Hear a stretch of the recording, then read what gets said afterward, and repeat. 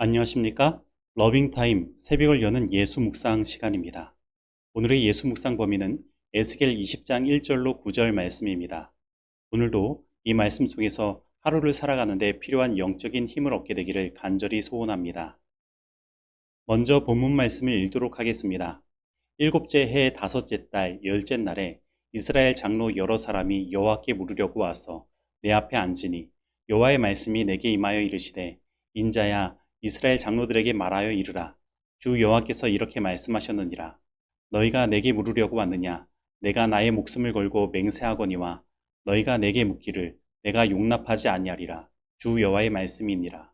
인자야 내가 그들을 심판하려느냐? 내가 그들을 심판하려느냐? 너는 그들에게 그들의 조상들의 가증한 일을 알게 하여 이르라. 주 여호와께서 이같이 말씀하셨느니라. 옛날에 내가 이스라엘을 택하고 야곱의 집의 후예를 향하여 내 손을 들어 맹세하고 애굽 땅에서 그들에게 나타나 맹세하여 이르기를 나는 여호와 너희 하나님이라 하였노라. 그날에 내가 내 손을 들어 그들에게 맹세하기를 애굽 땅에서 인도하여 내어 그들을 위하여 찾아 두었던 땅 곧 젖과 꿀이 흐르는 땅이요 모든 땅 중의 아름다운 곳에 이르게 하리라 하고 또 그들에게 이르기를 너희는 눈을 끄는 바 가증한 것을 각기 버리고 애굽의 우상들로 말미암아 스스로 더럽히지 말라. 나는 여호와 너희 하나님이라 하였으나 그들이 내게 반역하여 내 말을 즐겨 듣지 아니하고 그들의 눈을 끄는 바 가증한 것을 각기 버리지 아니하며 애굽의 우상들을 떠나지 아니하므로 내가 말하기를 내가 애굽 땅에서 그들에게 나의 분노를 쏟으며 그들에게 진노를 이루리라 하였노라. 그러나 내가 그들이 거주하는 이방인의 눈 앞에서 그들에게 나타나 그들을 애굽 땅에서 인도하여 내었나니 이는 내 이름을 위함이라.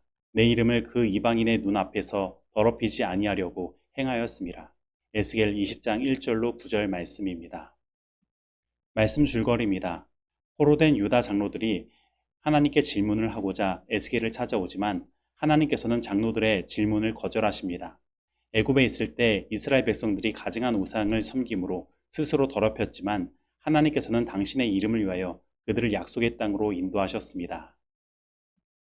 에스겔 1장에서는 여호야긴 왕이 포로로 잡혀온 지 5년째이지만 오늘 본문은 그로부터 2년이 지나 7년이 되는 때를 이야기합니다. 그리고 오늘 말씀은 이스라엘 장로 중 몇 사람이 에스겔에게 주의 뜻을 묻기 위하여 나오는 이야기로 시작합니다. 이 장로들은 유다의 장래에 대해 물으려고 한 것입니다. 그러나 하나님은 찾아온 장로들을 반기시지 않았습니다. 그리고 그냥 반기시지 않은 것이 아니라 나의 목숨을 걸고 맹세하신다고 하시며 하나님의 뜻을 밝히기를 거부하시는 것입니다. 왜냐하면 그들은 백성의 대표자들이지만 하나님을 제대로 섬기지 않고 비밀스럽게 우상을 숭배하던 사람들이었기 때문입니다. 이들은 당시 시드기야 왕이 바벨론을 등지고 친이집트 정책을 하려고 하고 거짓 선지자들은 2년 안에 너희가 예루살렘으로 돌아올 것이라는 이야기를 하던 때에 어떤 것이 하나님의 뜻인지 물으려고 했던 것입니다. 그러나 이들의 마음은 하나님께 온전히 맡기는 마음으로 나아온 것이 아니었습니다. 이들의 마음은 두 마음으로 나누어져 있었습니다. 바로 하나는 우상에게 또 하나는 하나님께 그 마음이 향해 있었던 것입니다. 그래서 하나님은 그들이 하나님의 뜻을 묻기 전에 자신들이 하나님의 뜻에 바로 서 있는지 점검하기를 원하셨던 것입니다. 그들은 하나님 앞에 나아올 때 먼저 자기들의 죄와 허물을 고백해야 했습니다. 그리고 그 말씀에 순종하려는 자세로 하나님께 뜻을 구해야 했던 것입니다. 그리고 이것은 오늘을 살아가는 우리들도 마찬가지입니다. 우리가 하나님의 뜻을 알기를 원한다면 먼저 우리가 하나님의 뜻대로 살고 있는지를 살펴보아야 하는 것입니다. 그리고 우리는 하나님께 나아갈 때 전적으로 하나님께 모든 것을 맡기고 무엇을 말씀하시든지 순종하려는 자세로 나아가야 하는 것입니다. 그러나 우리는 얼마나 자주 에스겔을 찾아온 장로들과 같이 한 발은 세상에 그리고 또 한 발은 하나님께 두는 이중성을 가지고 살아가는지 모릅니다.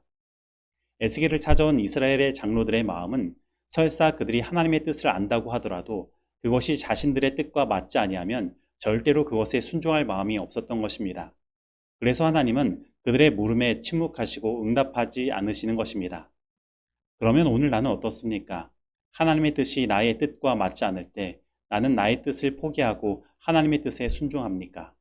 아니면 그냥 어차피 내가 나가야 할 방향을 하나님의 뜻과 상관없이 이미 정해놓고 이왕이면 하나님의 뜻과 맞으면 좋겠다고 하면서 하나님의 뜻을 묻고 있지는 않습니까?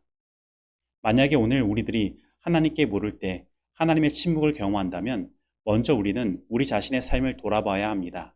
온전히 우리의 마음이 하나님을 향하고 있으며 나의 삶에 하나님을 향한 순종이 있는지 살펴보아야 하는 것입니다. 이스라엘의 하나님을 향한 배교의 역사는 짧지 않았습니다. 하나님은 에스겔을 통해 애굽, 광야, 가나안 등 위치와 형편에 상관없이 끊임없이 배교해온 이스라엘의 역사를 지적하시는 것입니다. 아브라함과 이삭과 야곱과 언약을 체결하신 하나님께서 그 언약을 기억하시고 이스라엘 백성들을 젖과 꿀이 흐르는 땅에 이르게 할 것이라 약속하셨습니다. 그러나 이스라엘은 그 약속에 대하여 그리 신실하지 못했습니다. 애굽에서 종로를 타는 약 400년의 기간 동안에도 그들은 애굽의 우상들을 섬긴 것입니다. 그리고 그들은 하나님의 위대하신 역사로 말미암아 출애굽을 성공했음에도 불구하고 여전히 애굽의 우상으로부터 떠나지 않았습니다. 그래서 하나님은 그들을 완전히 멸하시고 버리셔도 상관이 없으셨던 것입니다. 그러나 하나님은 그러한 이스라엘 백성들을 구원하셨습니다. 그렇다면 하나님은 왜 이러한 자들을 구원하셨을까요? 오늘 본문 에스겔 20장 9절 말씀은 다음과 같이 말하고 있습니다. 그러나 내가 그들이 거주하는 이방인의 눈앞에서 그들에게 나타나 그들을 애굽 땅에서 인도하여 내었나니 이는 내 이름을 위함이라. 내 이름을 그 이방인의 눈앞에서 더럽히지 아니하려고 행하였음이라. 바로 하나님은 그렇게 말도 듣지 않고 우상 숭배하는 백성들을 하나님의 이름을 위해서 구원해 내시는 것입니다. 그리고 이와 비슷한 말씀들이 이후 14절, 22절에도 등장합니다. 하나님은 하나님 자신의 이름이 이방 민족들 앞에서 더럽혀지기를 원치 않으신 것입니다.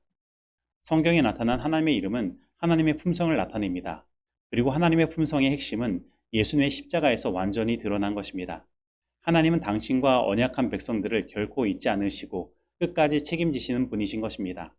그래서 하나님은 지금 이스라엘 백성들의 삶을 보고 그래 너희들 힘들지만 나를 이렇게 잘 섬겼으니 내가 너희를 구원해 줄게 라고 하신 것이 아니라 그들이 비록 지금 우상 숭배 가운데 있지만 아브라함과 이삭과 야곱에게 언약하신 그 언약을 기억하시고 그들을 구원하신 것입니다. 하나님은 그들을 그렇게 구원해 내심으로 말미암아 당신의 언약적 사랑의 성실성을 온전히 드러내신 것입니다. 만약에 이러한 하나님의 품성이 없었더라면 우리는 어떻게 되었을까요? 하나님의 은혜와 오래 참으심, 하나님의 이름의 영광을 위한 그 열심, 그 언약을 지키시기 위해 성실하게 일하심으로 그 백성들을 돌보시는 하나님의 품성이 없었다면 아마 우리는 지금 이 자리에 있지 못하고 벌써 심판을 받고 세상에서 존재 자체가 사라졌을 것입니다. 다시 말하면 하나님의 백성들의 불순종의 역사가 이토록 길지만 하나님의 언약적 사랑의 성실성은 그보다 더 크기 때문에 오늘 우리들에게 구원이 이르러 왔다는 것입니다. 그러므로 오늘 우리는 이 하나님의 언약적 사랑의 성실성, 곧 지금도 우리를 향하여 그 사랑을 베푸시는 하나님을 바라보고 우리 마음 가운데 변화를 경험해야 하는 것입니다. 그리고 우리가 이러한 하나님의 사랑을 안다면 우리는 그분의 말씀에 100번이고 자원하는 마음으로 순종할 수밖에 없는 것입니다. 하나님은 나는 이렇게 부족하지만 나를 구원하셨고 나는 사랑받을 자격이 없는 죄인이요 못난 존재이지만 하나님은 나에게 은혜를 베푸셨으며 하나님은 나의 어떠함 때문이 아니라 하나님의 그 어떠함 때문에 곧 하나님의 품성 때문에 구원을 베푸시는 분이신 것입니다. 그러므로 오늘 나의 삶의 부족함 때문에 구원의 확신이 없었다면 하나님의 이러한 품성을 바라보고 구원의 확신을 얻어 마음의 변화를 받아 전적으로 하나님을 섬기며 하나님께 순종의 제사를 드리는 모두가 되기를 간절히 바랍니다. 진실한 그리스도인의 열심, 어떤 일을 하는데 발휘되는 열심이 요구된다. 나이아가라 폭포에서 떨어지는 그 거센 폭포수를 멈추게 할 수 없음 같이 마음속에 그리스도를 모신 사람으로 그리스도를 고백하지 못하도록 막을 수는 없을 것이다. 그리스도를 개인의 구주로 받아들이는 모든 사람은 하나님을 섬기는 특권을 받고자 갈망하게 될 것이다. 그를 위하여 하늘이 이루어준 일을 명상할 때 그의 마음은 무한한 사랑과 경이로운 감사의 마음으로 감동을 받는다. 그는 자기의 능력을 하나님의 사업에 다 바쳐 헌신함으로 감사의 마음을 나타내고자 열망하게 된다. 그는 그리스도와 그분께서 사신 소유물에 대한 사랑을 나타내고자 갈망한다. 그는 수고하고 어려움을 겪고 희생한다. 그리스도인의 선교공사 229페이지의 말씀입니다. 적용하도록 하겠습니다. 오늘 나는 하나님께 나아올 때 전적인 마음을 가지고 나아갑니까? 혹 하나는 세상에 두고 한 부분만 하나님께 드리지는 않았습니까? 오늘 나는 이미 나의 뜻을 정해놓고 하나님의 뜻을 묻지는 않습니까? 오늘 나는 나의 부족함에도 불구하고 당신의 언약적 사랑의 성실성으로 사랑하시고 구원하시는 하나님을 믿고 있습니까? 오늘 이 말씀 속에서 내가 실천해야 할 것은 무엇입니까? 기도하시겠습니다. 하나님 아버지, 오늘 하나님께 나의 갈라진 마음이 아니라 온전한 마음, 전적인 마음을 드리기를 원합니다. 그리고 이 시간 나의 뜻을 내려놓고 온전히 하나님의 뜻에 굴복하여 나아가기를 원합니다. 저희를 받아주시고 지금도 여전히 당신의 언약적 사랑으로 우리를 돌보시고 구원하시는 하나님을 경험하게 하시고 주님께 순종의 삶을 드릴 수 있도록 우리들을 인도하여 주시옵소서. 예수님의 이름으로 기도드립니다. 아멘.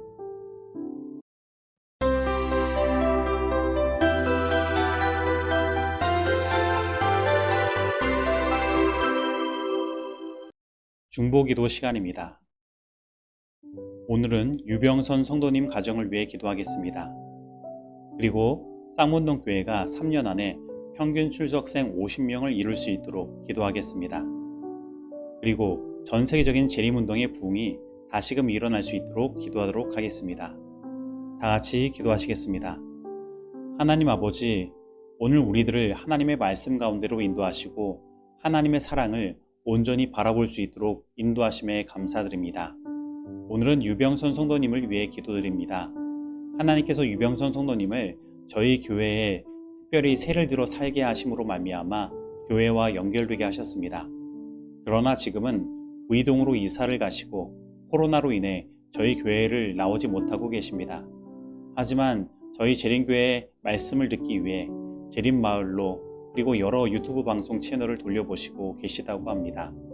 하나님 아버지, 성도님의 그 마음 가운데 성령의 역사 허락하여 주시사 하나님의 진리의 말씀 가운데 항상 믿음을 두도록 하시고 예수님의 재림을 온전히 준비하는 성도님 되도록 함께하여 주시옵소서. 그리고 평화시장에서 하시는 사업 형통하게 하시사 하나님의 축복하심을 항상 감사하는 성도님 되게 하시고 주님의 돌보심과 인도하심을 따라 다시 이 교회를 찾을 수 있는 성도님 되도록 주님께서 축복하여 주시옵소서. 그리고 저희 쌍문동 교회가 3년 안에 평균 출석생 50명을 이룰 수 있게 되기를 위해 기도합니다. 하나님, 이 비전은 그냥 저희가 그렇게 되기를 바라는 바람이 아닌 줄 압니다. 하나님께서 주신 사명이요, 주님께서 주신 꿈인 줄 압니다. 저희들 믿음으로 전진하게 하시고 이 모든 것을 이루고도 남을 하늘의 능력 허락하여 주시옵소서. 그래서 저희 쌍문동 교회가 3년 후에는 주님께 감사 예배를 드리게 하시고 그와 더불어 주님께서 주신 새로운 비전을 향해 함께 나아갈 수 있도록 역사하여 주시옵소서. 그리고 하나님, 오늘날 세상에 일어나는 일들을 바라보면 주님께서 말씀하시는 수많은 재림의 징조가 이루어지고 있음을 보게 됩니다. 코로나로 인해 전 세계적인 팬데믹이 일어나고 있으며 코로나 이외에도 수많은 질병과 바이러스들이 일어나 인류를 위협하고 있습니다. 그리고 세상은 전쟁으로 인해 힘들어하고 경제적인 위기를 경험하고 있습니다. 그리고 하늘에서는 큰 우박들이 떨어져 사람들을 두려움에 떨게 하며 지진이 나며 화산이 폭발하고 기근과 홍수가 일어나는 수많은 자연재해가 일어나고 있습니다. 그러나 하나님, 이러한 때에 저희들은 무엇을 하고 있는지 모릅니다. 예수님의 재림을 외치고 복음을 더 크게 전해야 되는데 그렇지 못하고 졸고 있는 모습을 보게 됩니다. 하나님, 졸고 있는 주님의 남은 백성들 깨워주시고 전 세계적인 재림운동의 불길이 다시금 일어날 수 있도록 주님 역사하여 주시옵소서. 그래서 신속하게 복음이 땅끝까지 전하지도록 우리들을 인도하여 주시옵시고 우리가 고대하고 기다리는 예수님의 영광스러운 재림의 날을 맞이할 수 있도록 함께하여 주시옵소서. 이 모든 말씀 예수님의 이름으로 기도드립니다. 아멘.